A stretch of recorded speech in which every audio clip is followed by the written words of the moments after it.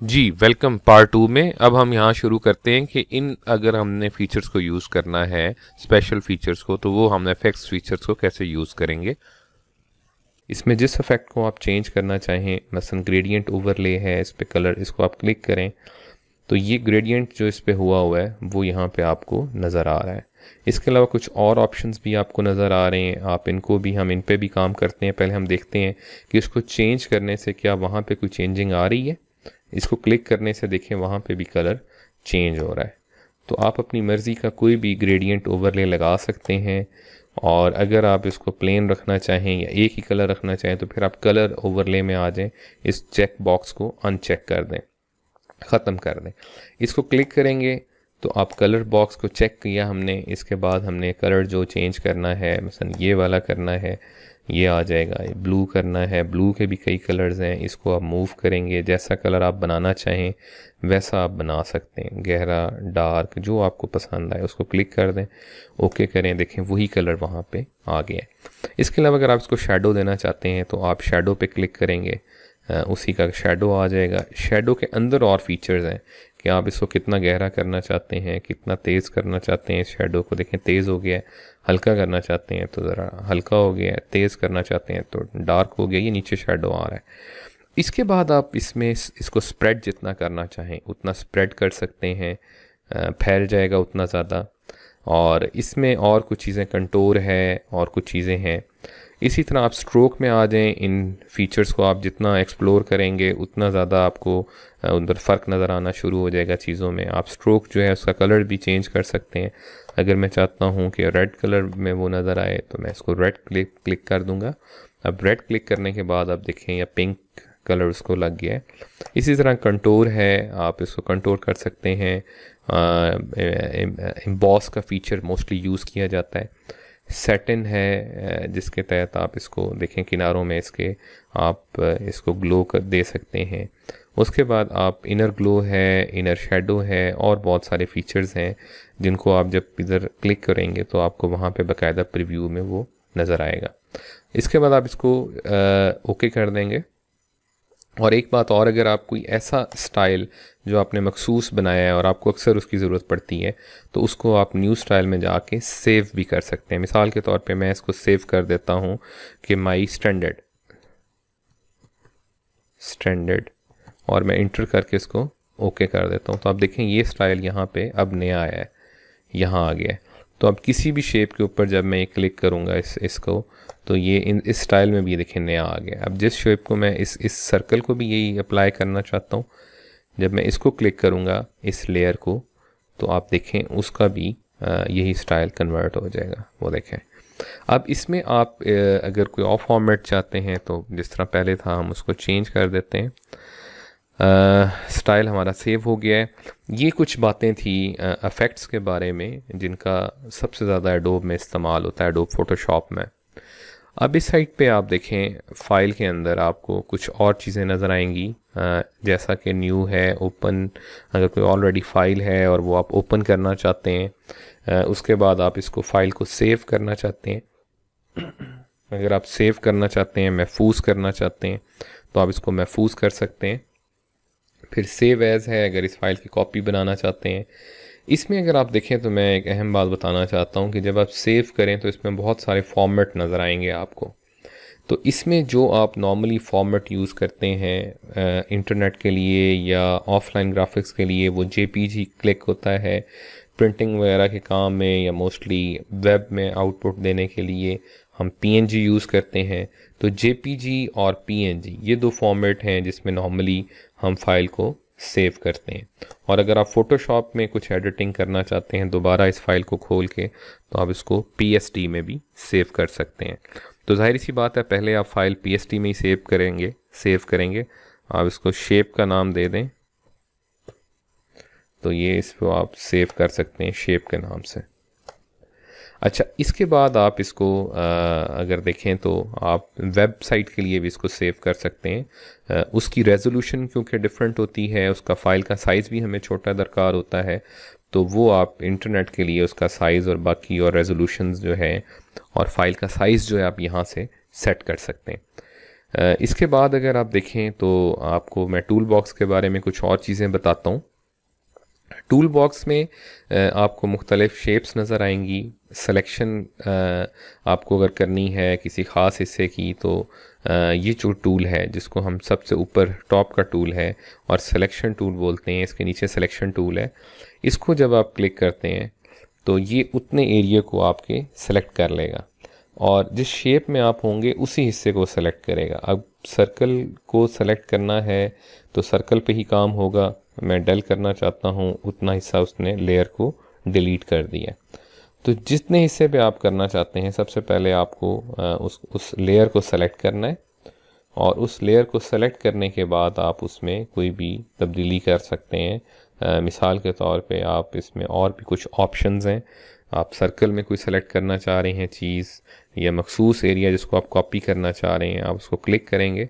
मसलन मैं इस शेप में से इतना हिस्सा कोई कॉपी करना चाह रहा हूँ, इतने हिस्से को, तो मैं सेलेक्ट करूँगा, एडिट कॉपी कहूँगा और जब एडिट पेस्ट करूँगा तो वो देखें एक और हिस्सा जो है उसी जैसा वो हमारे सामने आ गया।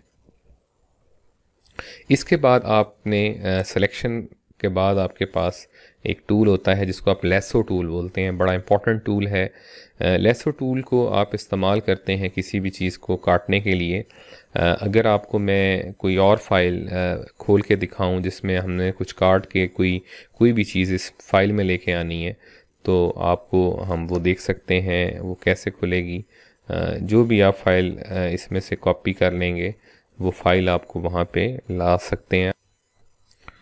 जैसे अगर हम अभी चाहते हैं कि ये फ़ाइल हमारे पास खुल जाए और हम इसमें से ये दूसरी फ़ाइल खुल गई है, एक हमारी फ़ाइल ये खुली है और एक हमने फ़ाइल जिसमें हम काम कर रहे थे ये खुल गई है। अब अगर मैं चाहता हूँ कि मैं इमेज टूल्स में काम करके इस बटरफ्लाई को कॉपी करके लेसो टूल के ज़रिए कहीं और ले जाऊँ या इसी फ़ाइल में मैं 2 बटरफ्लाइज और बना लूँ इसी जैसी, या उनका मैं चाहता हूँ कि ख़ास हिस्सा कट करके कहीं और ले जाऊं, तो वो मैं इस फाइल में भी इनको काट के ऐड कर सकता हूं और किसी और फाइल में भी इनको मैं इस फाइल में भी ला सकूंगा, इस सर्कल के अंदर या यहाँ पे या इसके ऊपर। वो कैसे आप करेंगे? लेसो टूल इस्तेमाल करके आप लेसो टूल के ऊपर क्लिक करेंगे। क्लिक करने के बाद आप इसको यहाँ से जूम कर सकते हैं जितना आप करना चाहें ताकि आप आसानी से काम कर सकें। मसलन मैं इसको क्लिक करता हूँ, ये जूम हो गया यहाँ से।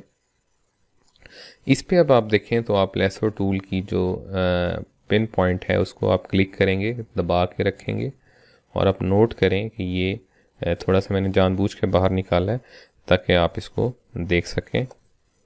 मैं इसको दोबारा डी सेलेक्ट करता हूं। अगर आपसे गलती हो जाए और आप उसको दोबारा से सेलेक्ट करना चाहें तो आप डी सेलेक्ट कहेंगे। ये अक्सर दोस्तों को नहीं पता होता कि जी हमने दोबारा एक बार सिलेक्शन अगर हो गई है और दोबारा करना चाहते हैं तो वो हम कैसे करेंगे। ये देखिए हमने दोबारा उसको सेलेक्ट कर रहे हैं और आप अगर नोट करें तो इतना हिस्सा उसने कॉपी कर लिया है। और अगर आप पूरी बटरफ्लाई कॉपी करना चाहते हैं सिर्फ इतने हिस्से के अलावा, फिर आप दोबारा डी सेलेक्ट करके इसको दोबारा सेलेक्ट करें। मैं ज़रा स्पीड से करूँगा, आप इसको और जूम करके और करीब से भी कर सकते हैं। इसको कॉपी करने के बाद आप ये देखें सारा सेलेक्ट करेंगे। ये थोड़ा हम रफ कर रहे हैं क्योंकि हमें ज़रा स्पीड में काम करना है। इसको आप इसी तरह इसको जितना हिस्सा आप कॉपी करेंगे वो हिस्सा आपका कॉपी हो जाएगा। फिर जहाँ से आपने स्टार्ट किया था वहाँ पे जब ला के आप छोड़ेंगे तो वो देखें तमाम हिस्सा जो है आपका अब जो है वो ब्लिंक कर रहा है। एडिट कॉपी करेंगे आप। कॉपी करने के बाद जो दूसरी फाइल है जब आप उसमें वापस जाएंगे तो आप ये देखें यहाँ पे जब मैं एडिट पेस्ट कहूँगा, मैंने वहाँ कॉपी किया था, अब मैं यहाँ यानी ये कॉपी पहले किया था और अब मैं पेस्ट करूँगा तो यहाँ पे वो देखें बटरफ्लाई हमारी आ गई है।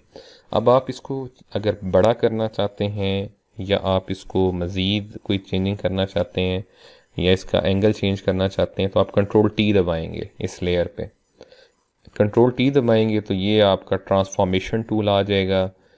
इस पे आप इसका स्केल, साइज़, बाकी चीज़ें चेंज कर सकते हैं। ये लेयर क्योंकि ऊपर है, अगर मैं चाहता हूँ ये सर्कल नीचे चला जाए और बटरफ्लाई ऊपर आए तो मैं इसको उस हिसाब से लेयर को ऊपर नीचे करके कहीं भी इसके ऊपर भी ले जा सकता हूँ। इसके बाद आपने इसको जहाँ लगाना है वहाँ पे अटैच कर दें। इसको शेडो देना चाहते हैं तो बिल्कुल उसी तरह आप फंक्शन में जाएंगे। ट्रांसफॉर्मेशन टूल जब आपका ठीक हो जाए और आप फाइनल उसका साइज़ कर लें तो तब आप इसको यहाँ पे डन कर दें, ओके कर दें। और इसमें फिर आप दूसरे फीचर्स जब आपके काम करेंगे शेडो वाले और दूसरे, इस पर आप क्लिक करें। अब आप इसको शेडो या स्ट्रोक कोई भी चीज़ दे सकते हैं। मैं ड्रॉप शेडो देना चाहता हूँ। इसको मिसाल के तौर पे हम वाइट शेडो दे लेते हैं। वाइट ज़रा हमें उसको प्रोमिनेंट करेगा और उसको हम डार्क करना चाहते हैं थोड़ा सा। अब देखिएगा बटरफ्लाई को में के साथ जो शेडो आएगा वो थोड़ा सा डार्क शेडो आपको नज़र आएगा। इसके बाद आप इसको ओके करेंगे। शेडो ऐड करने के बाद आप इसके अंदर कुछ और काम भी कर सकते हैं। मिसाल के तौर पे इसको आप कोई अगर और इफेक्ट लगाना चाहते हैं आउटलाइन या स्ट्रोक, तो वो आप स्ट्रोक वाला भी इसको फीचर दे सकते हैं। आउटलाइन क्योंकि आपको प्रोमिनेंट नहीं नज़र आ रहा था शेडो इसका, तो स्ट्रोक आपको ज़्यादा प्रोमिनेंट इसमें नज़र आएगा। तो ये स्ट्रोक लगाने के बाद आप इसको इनर शेडो या कुछ और इफेक्ट्स भी आप इसको दे सकते हैं, शेप्स को भी। अब इसमें आप अगर देखें कि बटरफ्लाई है, इसके कुछ फीचर्स जो हैं वो आपने अगर मज़ीद देखने हैं इसके नीचे, मसलन ख़ास कलर सेलेक्ट करना है तो ये मैजिक टूल है, बड़ा अच्छा टूल है। इसको आप इस्तेमाल करके किसी भी चीज़ की सिलेक्शन कर सकते हैं। इसको क्लिक करें, एक ख़ास कलर जो इसके अंदर है, क्योंकि अब ये लेयर सेलेक्ट हुई है तो इसी में काम होगा। पर अगर हम किसी और लेयर को भी सिलेक्ट करें, मसलन इसमें हम ख़ास कलर जो है वो कॉपी करना चाहते हैं, तो हम क्लिक करेंगे तो ख़ास कलर ही कॉपी होगा। अच्छा, इसके बाद आप अगर देखें तो कुछ और टूल्स हैं। ये सिलेक्शन टूल होता है अगर आपने किसी ख़ास कलर को सेलेक्ट करना है। इसके बाद आपका अगर आप महसूस करें तो ये क्रॉप टूल होता है। क्रॉप टूल जो है ये किसी चीज़ को क्रॉप करने के लिए इस्तेमाल होता है। एक्स्ट्रा हमारी फ़ाइल में स्पेस है ताकि बड़ी फ़ाइल ना बने, एक्स्ट्रा जो जगह है हम उसको अगर जितने एरिया में हम काम कर रहे हैं उसके अलावा जितना एरिया होगा उसको आप सेलेक्ट करके इंटर करेंगे तो ये उसको क्रॉप कर देगा। इसके बाद आपको जिस तरह हमने बात की है कि हम अगर पिक टूल इस्तेमाल करना चाहते हैं या आई ड्रॉपर टूल जो इस्तेमाल करना चाहते हैं, तो जिस लेयर में हम काम कर रहे हैं वो उस लेयर का कलर कॉपी कर लेगा। इसको आप क्लिक करेंगे, देखें उसने वो कलर कॉपी कर लिया और यहाँ पे वो कलर आ गया है। इस तरह अगर मैं ब्लैक क्लिक करूँ तो वो ये कलर आ गया है। तो जहाँ पे आप ये क्लिक करेंगे वो कलर वो उठा लेगा, पिक कर लेगा। सेम वही कलर जो आप ने कॉपी किया है, अगर आप चाहते हैं वो कहीं और आपने फेंकना है या डालना है तो वो आप उसको वहाँ पे दोबारा ये सेलेक्ट करके बकेट टूल जो है वहाँ पे फेंक सकते हैं। इसके बाद अगर आप देखें तो कुछ और फीचर्स हैं, जिस तरह ये शेप टूल है। उसके बाद जो अहम टूल ज़्यादातर इस्तेमाल होता है वो राइटिंग का टूल है। वो आप क्लिक करेंगे, जहाँ पे आप लिखना चाहते हैं वहाँ पे बटन दबाएंगे। मसलन मैं बटरफ्लाई लिखना चाहता हूँ, इसको सेलेक्ट काइंडली करें, हाईलाइट कर लें और फिर आप इसको जब चेंज करेंगे तो आप देखें इसका साइज़ चेंज हो जाएगा। इसके बाद आप इसको उठा के कहीं भी ऊपर या नीचे भी रख सकते हैं। और इसके बाद आप इसमें अगर गौर करें तो आप इसका कलर वगैरह भी और दूसरे इफ़ेक्ट्स जो हैं वो भी इस पर अप्लाई कर सकते हैं। अब इसमें आप टेक्स्ट टूल में काम करने के बाद अगर इसमें कुछ और ऑप्शंस में गौर से देखें तो आपको और बहुत सारी वर्टिकल टेक्स्ट अगर आप लंबाई के रुख रखना चाहते हैं, इसी तरह कुछ और इसमें कलर्स के ऑप्शंस आ रहे हैं। और इसमें आपको फ़ॉन्ट साइज़ आप जो हैं वो चेंज कर सकते हैं जो आपको अच्छा लगे। और ये चीज़ें आप जो बुनियादी चीज़ें हैं वो सब आपको इसमें मिल जाएंगी। इसके बाद जो इम्पोर्टेंट चीज़ है वो इमेज का अगर आप चाहते हैं, मसलन इतना इमेज जो हमने सेलेक्ट किया हुआ है इसको हम डी सेलेक्ट कहते हैं, और इस तस्वीर पे हम अगर काम करना चाहते हैं और उसका कंट्रास्ट और उसकी लाइट और ब्राइटनेस, इस तरह की चीज़ें अगर हम इस्तेमाल करना चाहते हैं, क्योंकि एडोब फोटोशॉप को बहुत ज़्यादा इस्तेमाल किया जाता है इमेजेस पे काम करने के लिए, तो आप ब्राइटनेस है या बाकी चीज़ें वो भी इस्तेमाल कर सकते हैं। आपकी जो पिक्चर्स हैं उन पे आप काम करने की देखें ब्राइटनेस बढ़ गई है। इसी तरह नीचे कंट्रास्ट आप कम या ज़्यादा कर सकते हैं। कंट्रास्ट का और ब्राइटनेस का बड़ा गहरा ताल्लुक है। ग्राफिक्स के अंदर जब भी आप काम करें कोशिश करें कि ज़्यादा ब्राइटनेस भी ना हो और कम कंट्रास्ट भी ना हो, उसका एक बैलेंस कम्बिनेशन ज़रूर रखें। इसके बाद आप इसमें कुछ और फीचर्स जो हैं इमेज के वो ट्राई कर सकते हैं। ऑटो टोनिंग ये करता है कलर्स का, देखें बड़ा अच्छा इसमें ये ऑप्शन है। ऑटो कंट्रास्ट भी खुद करता है, ऑटो कलर्स भी इसमें एक फ़ीचर मौजूद है। मूड के अंदर आप इसको RGB से CMYK में चेंज कर सकते हैं अगर आप इसकी प्रिंटिंग का काम करना चाहते हैं। और अगर आप लेज़र प्रिंटर पे काम कर रहे हैं या ग्रे स्केल में काम कर रहे हैं तो आप इसको ग्रे स्केल कहेंगे तो वो उसको ग्रे स्केल में कन्वर्ट कर देगा। इसके बाद इसमें इमेज के अंदर कुछ और फीचर्स हैं जिसमें आप साइज़ चेंज कर सकते हैं, इसको ट्रिम कर सकते हैं, इसको कैलकुलेट कर सकते हैं। लेयर्स में आ जाएं तो आप 2 या 2 से ज़्यादा लेयर्स को मिला सकते हैं जब आप काम कर रहे हो।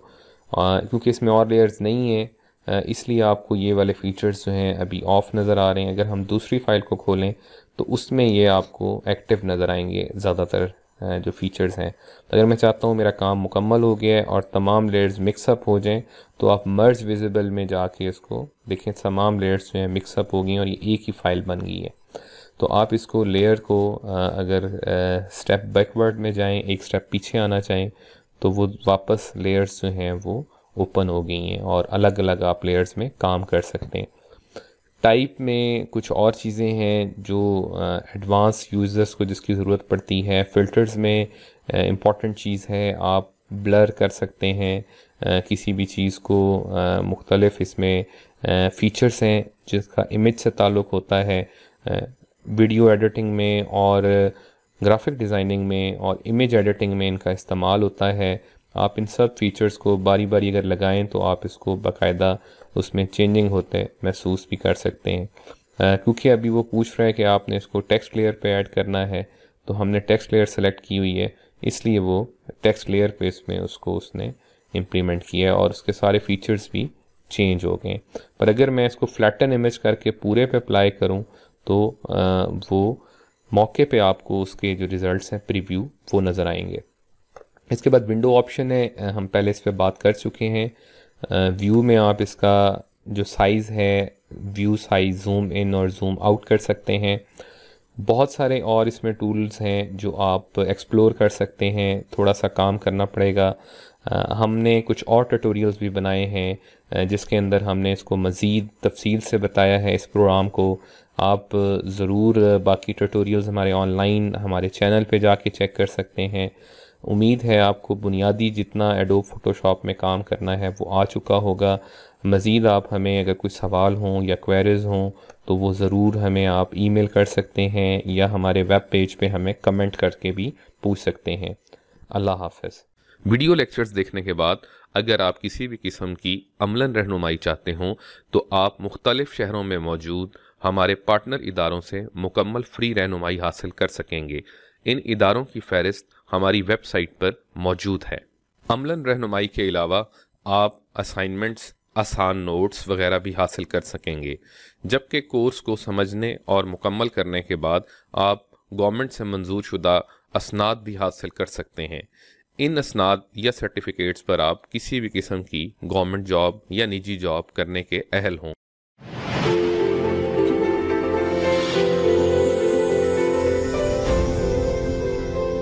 ilmeasy.com